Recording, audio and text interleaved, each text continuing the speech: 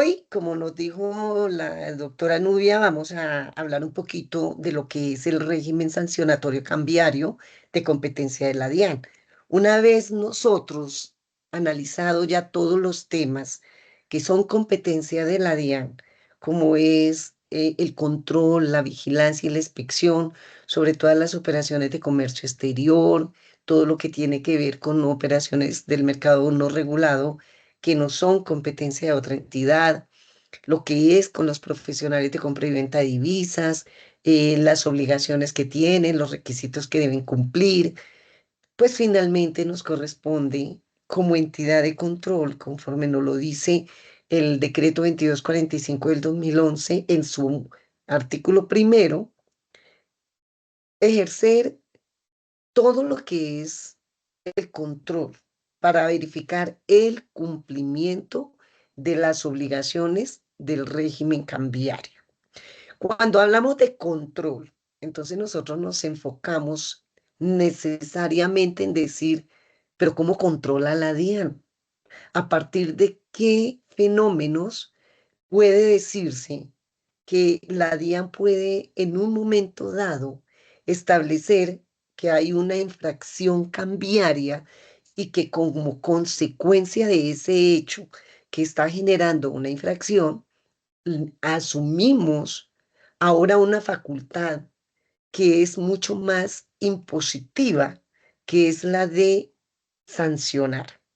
Es decir, ya que no solamente vamos a mirar que cumplan las obligaciones derivadas del régimen cambiario, los obligados, ya sean importadores, exportadores, profesionales de compra y venta de divisas, viajeros que están ingresando al país, que están saliendo del país con montos superiores a $10.000, que nos están enviando dinero a través de los intermediarios del mercado cambiario por hechos completamente ajenos a una importación o una exportación, como es una donación, como es un pago de un seguro por la muerte de alguien, en donde nosotros somos beneficiarios, etcétera, etcétera.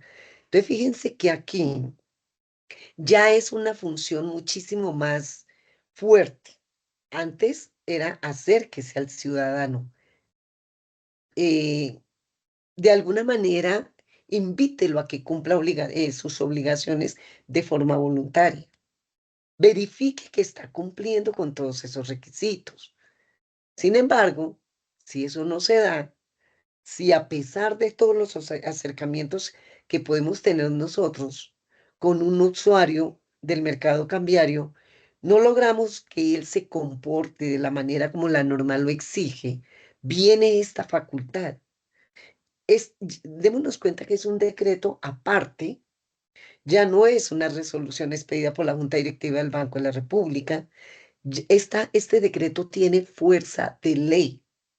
Entonces, por esa razón, es sagrada esa facultad que le ha impuesto ese decreto, que se le ha entregado, que se le ha otorgado a la DIAN a través de este decreto, porque ahora sí nos toca ir un poco más allá e imponer y determinar.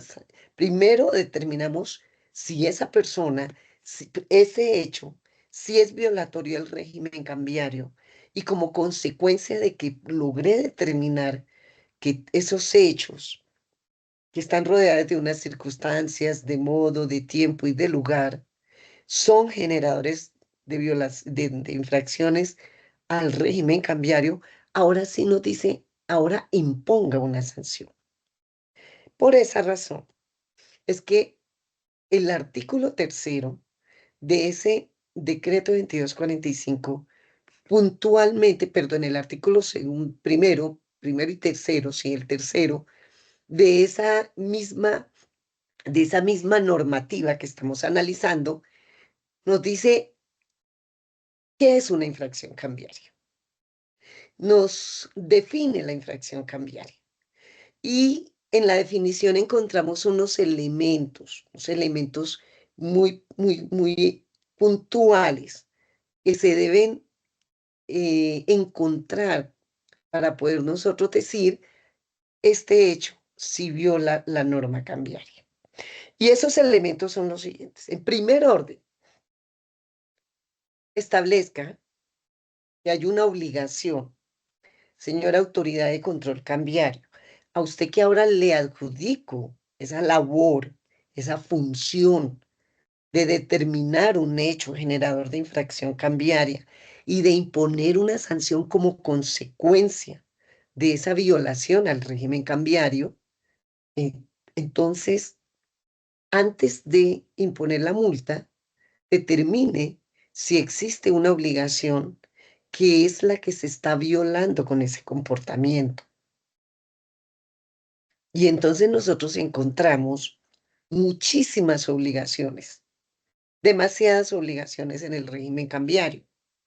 Por eso, cuando hablábamos, por ejemplo, que la importación de bienes debe ser canalizada a través del mercado cambiario, ahí ya está creando el régimen cambiario una obligación.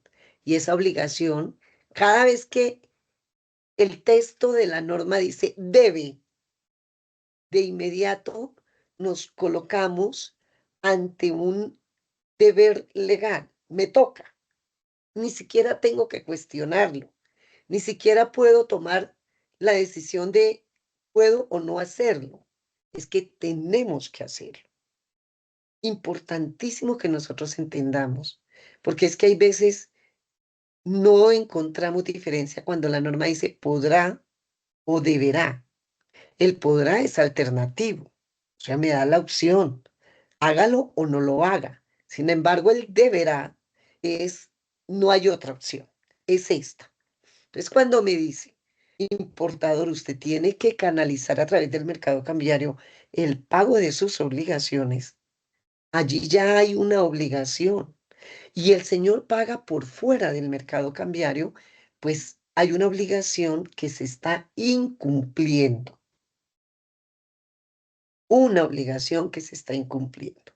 Y por esa razón es que activamos nosotros esa facultad de imponer multa o una sanción por el incumplimiento de esa obligación.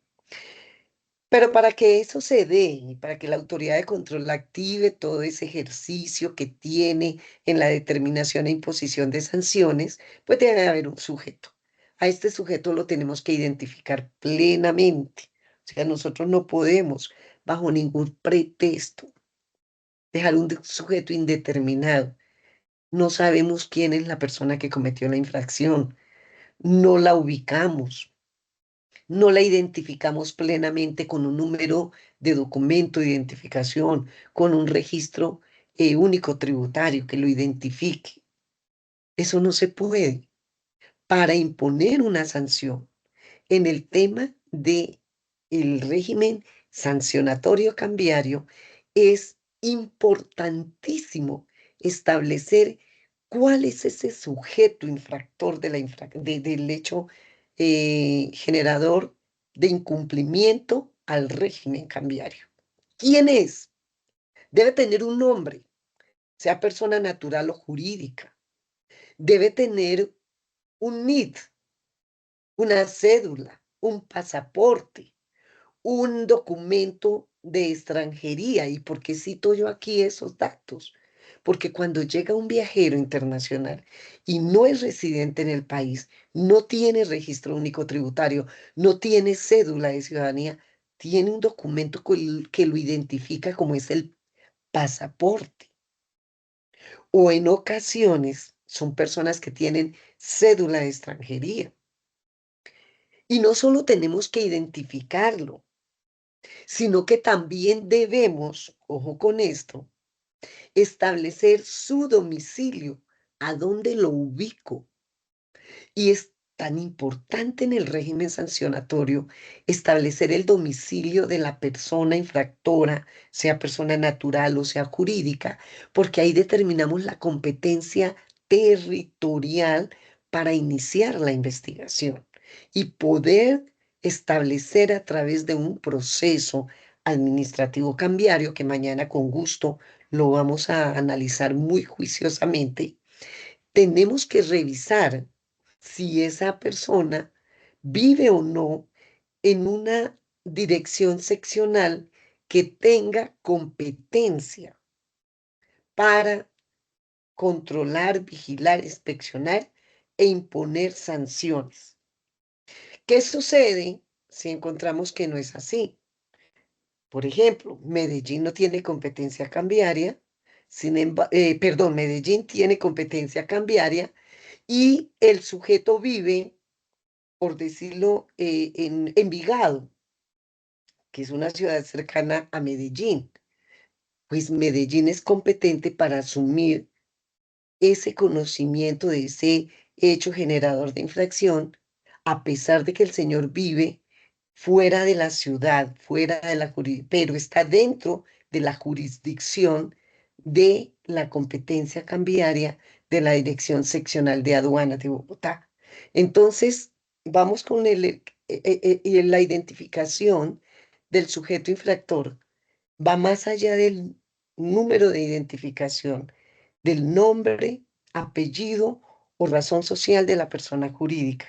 También es la ubicación, dónde lo puedo encontrar, dónde está esa persona y a dónde es que tengo que dirigir toda esa investigación para determinar si hubo una infracción cambiaria. Adicional a estos dos elementos, es decir, uno, que haya una obligación cambiaria que se incumplió. Segundo elemento, por un sujeto que he determinado, que he identificado, que he individualizado, que he ubicado. Tenemos que tener en una norma, que en este caso es el decreto ley 2245 de 2011, que esa norma, que ese hecho está tipificado como infracción y que le corresponde una sanción como consecuencia de ese hecho. Aquí precisemos algo, y es lo siguiente. Recordemos que el tema es qué viola, qué viola el hecho generador de infracción cambiaria, una obligación establecida en el régimen cambiario. Y uno se pregunta, ¿y qué protege el régimen cambiario? Como dicen los abogados, ¿cuál es ese bien jurídico que tutela, que protege, que ampara, que cuida el régimen cambiario? Nada menos y nada más que el orden público económico. Si eso es así, entonces la sanción que le vamos a imponer a esa persona por haber violado la norma cambiaria debe corresponder al daño que con su comportamiento le causó al orden público económico. Tiene que ser equivalente, equitativo. Y es por eso que nuestro artículo tercero en el decreto 2245 no solo describe cuál es el hecho que atenta contra ese bien jurídico tutelado llamado orden público económico, sino cuál es la sanción que le voy a imponer por haber atentado contra ese bien jurídico tutelado por el régimen cambiario. Es económico y es por eso que nuestras sanciones todas son multas, se tasan en multas. Aquí no tenemos ni cierre de establecimiento, ni suspensiones de actividades económicas, ni suspensiones del RUT. Aquí lo que tenemos es multas. Pague el 100%, 200 VTs, 25 VTs. Eso es lo que tenemos que entender. Como atenta el orden público económico, la única forma de recuperar ese orden público es, señor infractor, que usted me pague una multa. Ya dijimos que entonces vamos ya a iniciar con todo lo que tiene que ver con la definición de la infracción cambiaria y todas aquellas situaciones que se pueden dar en un momento dado para poder comprender la labor de la DIAN en todo lo que tenga que ver con esa facultad de sancionar, esa facultad de determinar conductas que son violatorias del régimen cambiario e imponer las multas que les corresponden precisamente por estar atentando contra un bien jurídico que el mismo gobierno nacional le dijo, cuídelo, cuídelo de que no le hagan daño. Y si le hacen daño, sancione a quien le cause ese daño. Está dirigido entonces a las personas naturales y jurídicas, pero no solamente a ellas.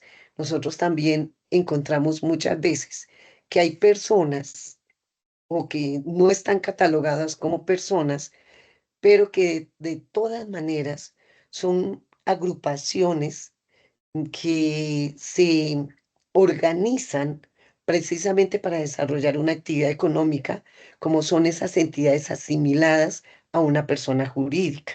Tenemos entonces todo lo que pueden ser los patrimonios autónomos, todo lo que, y esos tienen un tratamiento en el tema cambiario bastante importante, porque si bien el régimen cambiario dice que los patrimonios autónomos no son eh, sujetos del régimen cambiario para utilizar el canal cambiario, en ocasiones, cuando lo utilizan, debemos nosotros sancionarlos porque están violando una prohibición. A eso hace referencia todo lo que dice y demás entidades asimiladas a estas.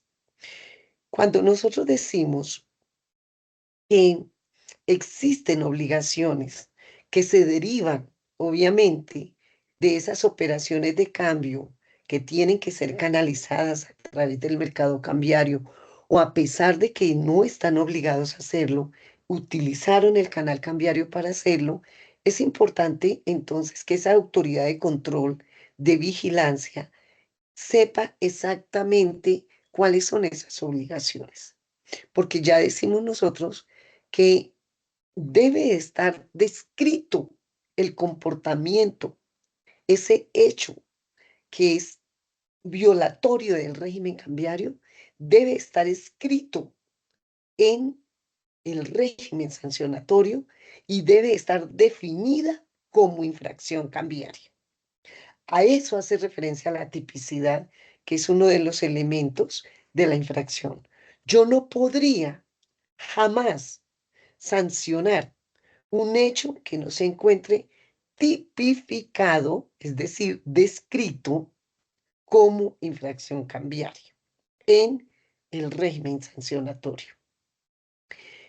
Nosotros, cuando dentro de las investigaciones que adelantamos, muchas veces encontramos que hay, por decirlo de alguna manera, hechos que no solo le pegan a la violación del régimen cambiario, sino que hay veces uno dice, pero esto también puede tener un tinte judicial, esto también puede tener un tinte penal y puede que esto también dentro del Código Penal esté tipificado como delito. Entonces damos traslado de todas aquellas pruebas que consideremos nosotros se deben valorar en un proceso judicial como es el penal, para que ellos adelanten la investigación. Ejemplo, una persona que dice ser exportadora de bienes y está reintegrando divisas por concepto de esas exportaciones, que pretende realizar en el futuro. Y durante un año entero, durante un año, ha ingresado divisas a través del canal cambiario por $1.000.000. Sin embargo, ni en el año que ingresó ese dinero, ni en los 5 años siguientes, el señor ha exportado bienes. Es más, la empresa prácticamente lo único que se dedicó fue a traer dinero, pero nunca exportó. Entonces ahí ya le cabe a la autoridad de control cambiaria llamada DIAN una duda, y surge una duda inmensa. Y entonces el señor, ¿qué es lo que está haciendo? Y por su modo de operar, por su modus operandi, uno podría decir, uy, a mí me parece que aquí hay un posible delito de lavado de activos. Entonces, fíjense que hay una conducta que están de pronto tipificadas en un lado como violatorio del régimen cambiario y en el otro como posible delito de lavado de activos. ¿Qué hago yo? Traslado las pruebas, pero no interrumpo mi investigación, no interrumpo mi ejercicio administrativo para determinar la infracción cambiaria e imponerle una multa. Claro, ¿cuál es cuál es el hecho violatorio del régimen cambiario? Es que el señor utilizó en forma indebida el canal cambiario, porque a pesar de que está diciendo que está trayendo dinero para hacer exportaciones, nunca ha exportado. Entonces no hay una realidad económica detrás de esa operación y por esa razón es infracción cambiaria. Pero también hay tintes de que el señor está ingresando dinero y no se sabe el origen de esos dineros. Todo parece indicar que no hay detrás del origen de esos dineros algo lícito. Entonces traslado, continúo, impongo mi multa independientemente de lo que el proceso penal logre determinar. Ahora miremos cuál es ese grupo de infracciones que están tipificadas como tal en el artículo tercero del decreto 2245 del año 2011. Aquí, importantísimo, importantísimo que nosotros revisemos que hay unas conductas que lesionan mucho más que otras el orden público económico. Y las hemos clasificado de esa forma dentro de nuestro artículo tercero, del numeral 1 al numeral 10 del artículo tercero.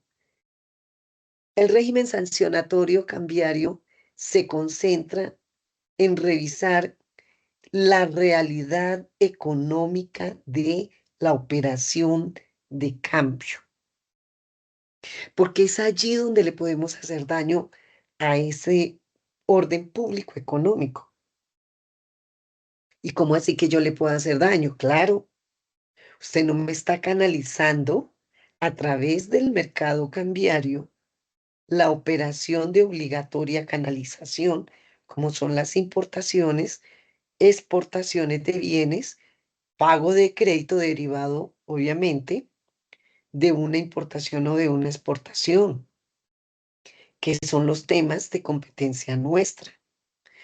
Y claro que lesiona el orden público y de una manera muy delicada, porque si nosotros nos damos cuenta, resulta que cuando no utiliza el canal cambiario para pagar esa importación, se va con los dólares directamente a China y no le informan los datos mínimos de ese giro o de ese pago mejor que hicimos por concepto de una importación de un bien al Banco de la República, el banco tiene conocimiento de que unos bienes ingresaron al país bajo la modalidad de importación de bienes, se comercializaron en el país, movieron economía, pero no tiene conocimiento de que ese dinero que el importador utilizó para pagarle al proveedor de los bienes en China salió del país. Entonces mi balanza cambiaria carga en el tema de importaciones un valor, $100.000, y en el tema de pagos de importaciones cero. Hay un desequilibrio. Y resulta que el importador jamás va a utilizar el canal cambiario porque ya se fue hasta China y ya pagó. ¿Qué pasó con mi balanza cambiaria? ¿Qué pasó con mi sistema de información cambiaria? Que quedó absolutamente desactualizado porque registra una importación pendiente de pagarse cuando esa importación se pagó, pero no por los canales cambiarios, sino por otro. Mi economía se está alterando y es la economía de mi país, es la economía de mi estado. Y por eso la sanción es muy fuerte. Si una importación que se paga de esa manera vale $500.000, ¿qué hacemos nosotros? Convertimos esos $500.000 a pesos colombianos a la tasa representativa del mercado del día en que el señor pagó directamente esa importación en China. Y cuando ya estaba allá, exactamente pagando de contado, se generó la infracción. Entonces, consulto la tasa representativa de mercado de ese día. La consulto en la página del Banco de la República. Está perfectamente $4.000. Listo, son $4.000 que entonces yo voy a colocar por cada dólar que el señor pagó de manera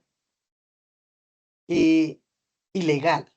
No porque el dinero sea ilegal, sino porque fue por fuera del mercado cambiario. Entonces yo le digo, mire señor, su importación que valió 500.000, lo voy a multiplicar por 4.000 y entonces me van a dar 200 millones de pesos. Esos 200 millones de pesos son los que yo, 2.000 millones de pesos.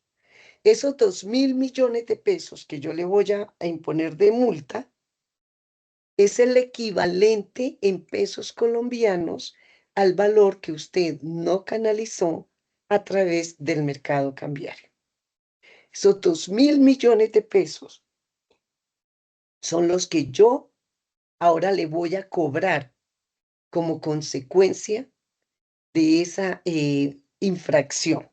Entonces, démonos cuenta que aquí la multa es muy fuerte, aquí la multa es alta, aquí la multa es determinante, porque la afectación en el sistema de información cambiaria hace que la autoridad central, el Banco Central que maneja nuestra economía, se equivoque al momento de hacer un análisis sobre cómo se está moviendo la economía en el país. Y uno podría decir, pero eso no tiene nada que ver, Luz Ángela. O sea, finalmente el señor sí pagó, claro, pero nosotros estamos haciendo unas valoraciones incorrectas sobre el manejo económico del país. Y eso es lo que nosotros sancionamos. Esos 2.000 millones de pesos que yo le voy a poner a usted como multa, señor, es porque estas son operaciones que el Banco de la República con sigilo le dice a la autoridad de control, ejerza toda su autoridad, verifique que estas obligaciones se cumplan Y por eso es que nosotros tenemos tasada una multa tan alta, tan elevada por ese hecho. Unos ejemplos de cómo nosotros verificamos que esos pagos se hayan hecho en forma directa es analizando los documentos que soportan la operación de comercio exterior. Cuando le decimos al importador, alléguenos la factura de venta, alléguenos los movimientos de sus cuentas, alléguenos los documentos de transporte, y encontramos, por ejemplo, que en una factura de venta se establece como condición de pago de contado.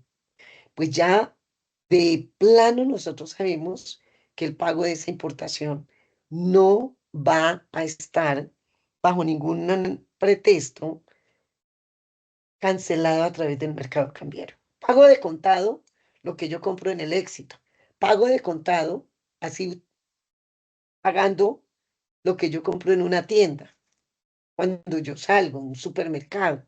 Es decir, yo no voy hasta el banco, no le voy a decir al banco, gíreme esto a China, porque yo, cuando expidieron la factura de venta, entendí que debía de ir hasta donde está mi proveedor y hacer el pago de los bienes que importé.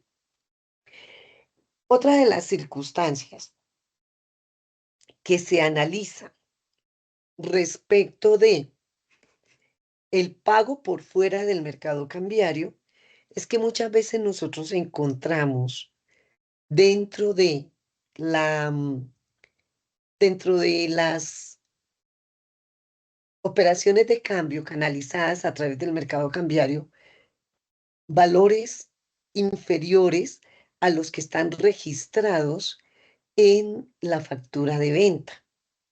Entonces uno dice, pero la factura vale $100.000 y usted pagó $80.000. Hay una diferencia de $20.000 que en realidad usted no me supo decir cómo pagó. Sin embargo, dentro de toda la auditoría que yo adelanté, dentro de toda la auditoría que yo revisé, que yo hice, encuentro que usted en un correo electrónico le dijo al señor que el día 5 de mayo del año 2025 le iba a pagar los $20.000 de saldo que tenía de la factura número 3050 del 30 de junio del año 2024, le iba a pagar directamente en los establecimientos de la empresa que está residenciada en Miami. Entonces uno dice, es prueba suficiente porque adicional como vuelta de correo, el señor les pide el paz y salvo diciéndole que a la factura número 3050 de junio del 2024 se le abonaron los $20.000 cancelados en forma directa al proveedor. Por lo tanto, la factura queda cancelada. Ya son pruebas suficientes y nosotros decimos, pagó por fuera del mercado cambiario el valor de ese saldo que tenía pendiente respecto de la factura que estamos investigando. Démonos cuenta que aquí hay una diferencia de valor. El régimen cambiario nos señala una prohibición y dice que no se podrá canalizar a través del mercado cambiarios ni sumas superiores ni inferiores a las que de verdad yo debo como importador o me deben como exportador. Sin embargo, dice, si llegado el caso, esas diferencias de valor se presentan, usted, importador o exportador, debe justificar esas diferencias. Porque si usted no me las justifica, entonces voy a asumir que si es un valor inferior el que canalizó y al que debía pagar, no utilizó el canal cambiario, se fue por fuera del canal cambiario y por esa razón lo voy a sancionar. Aquí tenemos muy claramente unas justificaciones que son admisibles por el régimen cambiario. Y entonces me dicen, venga, pero es que el proveedor de los bienes o el exportador de los bienes le puede otorgar un descuento por pronto pago, por volumen de compra. Listo, perfecto. O porque la mercancía salió defectuosa, o porque tiene problemas, o porque se demoró mucho en el envío. Y cuando la mercancía llegó ya tenía, obviamente, problemas para ser comercializada en el país. Y Luz Ángela, entonces, en ese caso, el régimen no le permite eso, pero por supuesto que sí. Por eso está diciendo, justifíquelas. Pero adicional a eso, le voy a pedir un favor. Conserve los documentos porque es posible que en algún momento la autoridad de control cambiario se los pida. Y si se los pide, pues entonces vamos a tener que analizar esas razones que usted está invocando como justificantes de las diferencias de valor entre lo que debía pagar y lo que realmente pagó. Miremos ahora cómo es que viene el tema de la, de extinguir por medios no permitidos por el régimen cambiario la obligación de canalizar a través del mercado cambiario estos, estos valores de las importaciones y de las exportaciones.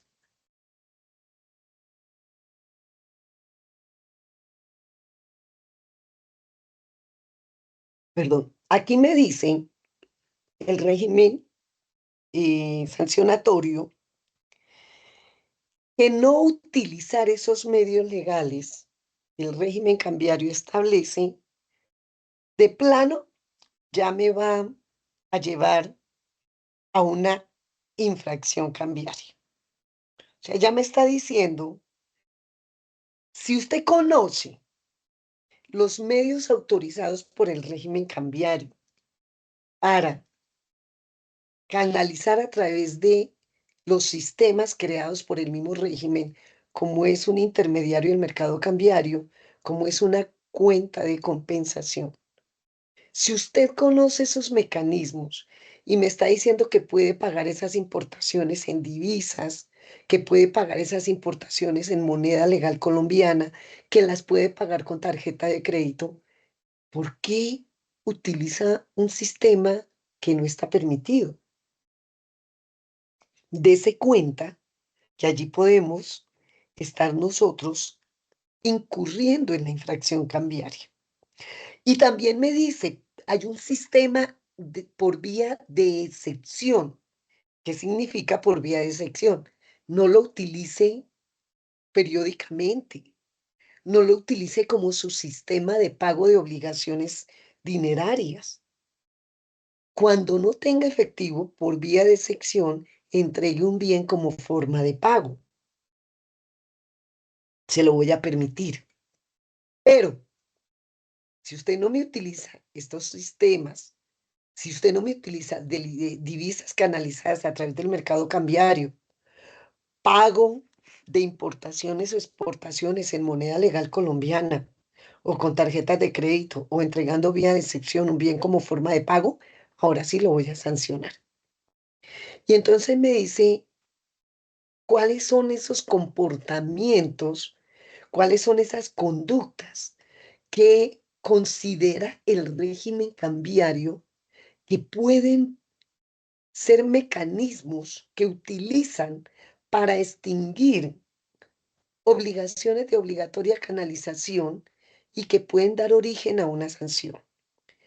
Pues compensar obligaciones dinerarias. ¿Qué es compensar? Resulta que uno cruza cuentas en más de una ocasión con las personas a las cuales yo le debo un dinero y a su vez ellos me deben dinero.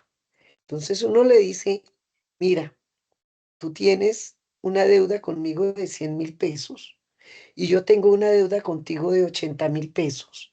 Pues hazme un favor, gírame solamente 20.000, que es lo que es el saldo de cruzar tu obligación con mi obligación. A 100 le quitamos 80 y me quedan 20 a favor. Eso el régimen cambiario le dice a los importadores y exportadores, no se lo voy a permitir. Y no se lo voy a permitir porque no me está moviendo divisas, no me está moviendo dinero, no me está moviendo pesos. Y como ustedes lo saben, en el tema económico, el movimiento de divisas, de dinero, es muy importante. Es tan importante que no hacerlo conlleva a una infracción del 100% del valor. Es tan delicado no hacerlo porque eso genera pues todo un tema sancionatorio. Entonces, ¿qué significa? Hay una compensación de obligaciones, ya la DIAN tiene por sí misma la función de analizar contablemente cómo se cruzaron esas cuentas. Era una importación que se debía a un proveedor del exterior y este proveedor del exterior encontró que definitivamente la forma de poder cobrar el valor de la importación era diciéndole al importador que cruzara esa cuenta con una pendiente que él tenía de pagarle por unos servicios que le prestó al momento de comercializar las divisas en el país, que fue darla a conocer, hacer distribución de los bienes que él le mandó después y ganarse un dinero por ese concepto. Eso es lo que se entiende compensar obligaciones en el tema cambiario. Ahora miremos el tema del trueque de mercancías importadas con exportadas.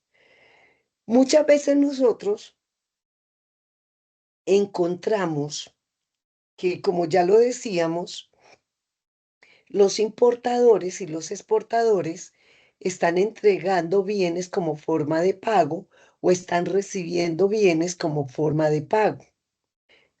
Ahora, ¿qué sucede cuando yo le digo como importador a mi proveedor del exterior, mándeme unas materias primas que yo necesito para fabricar mi producto final y yo le devuelvo como forma de pago el bien final, el bien terminado para que usted lo reciba allá en su país? Fíjese que ahí hay un intercambio de mercancías, ahí hay un intercambio de bienes, ahí no estamos pagando en divisas, ni en pesos colombianos, ni con tarjetas de crédito, ni siquiera estamos entregando como un bien como forma de pago, porque como ya lo dijimos, esta es cuando escasea el dinero y es vía de excepción, sino que aquí estamos intercambiando mercancías para poder nosotros, obviamente, cumplir con esas obligaciones de pago que tenemos, importaciones con exportaciones. Y eso el régimen cambiario tampoco lo permite. Muchas veces un tercero paga la importación a mi nombre y ese tercero puede ser incluso una persona que dice ser el representante legal de la empresa. Entonces, ¿qué sucede ahí? Ahí sucede que por alguna razón nosotros encontramos dentro de todo este análisis de documentos y de pruebas que